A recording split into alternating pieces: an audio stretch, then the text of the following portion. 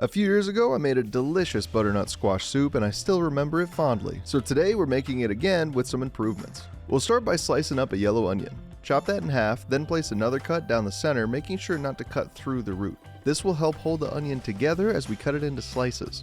Place that in a mixing bowl for now. Next, I prepared a whole red pepper by cutting off the top and the bottom, then removing the large pieces of flesh. Cut that into strips, then dice those up. I like to have some larger pieces for the soup later, but you can cut these as small as you like. Don't forget to cut the usable flesh from the top and the bottom part of the pepper. Now we'll bring in 1 tablespoon of butter and get that all nice and melty. Then we'll toss in 1 pound of Midamars Halal 93.7 ground beef, available at the link in the description. Once it's nice and browned, we'll add in 1 tablespoon of minced garlic, half a tablespoon of onion powder, half a tablespoon of rosemary, half a tablespoon of thyme, half a tablespoon of oregano, half a tablespoon of paprika, and half a tablespoon of basil. Mix it up and cook until those seasonings are smelling really nice. Now we'll remove the beef from the pot and place that in a mixing bowl. Add 2 tablespoons of butter to our pot along with our onions and peppers. Now we'll mix it all up and let it cook until all the veggies are nice and tender, or about 10 to 12 minutes. Once those are tender, we'll remove half of the onions and peppers to the same mixing bowl as the beef. Add in 1 bag of Sno Pac organic corn and 2 bags of Sno Pac organic butternut squash. We'll mix those up and cook for about 5 minutes or until the squash is starting to soften.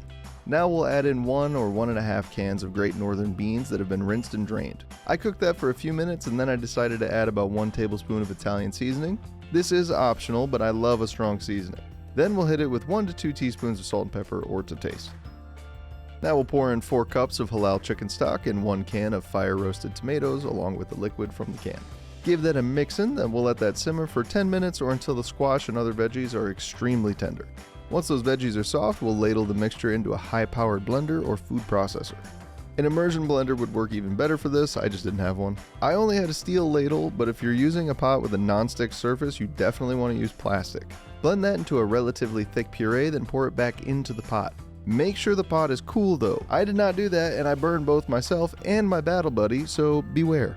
Now that our soup isn't burning lava hot, we'll add in 1 more package of Sno Pac corn, 1 can of rinsed and drained Great Northern beans, 1 more can of fire roasted tomatoes along with the juices, and finish it with our beef and veggie mixture. Stir that up, then we'll add in an optional 1/4 cup of heavy cream.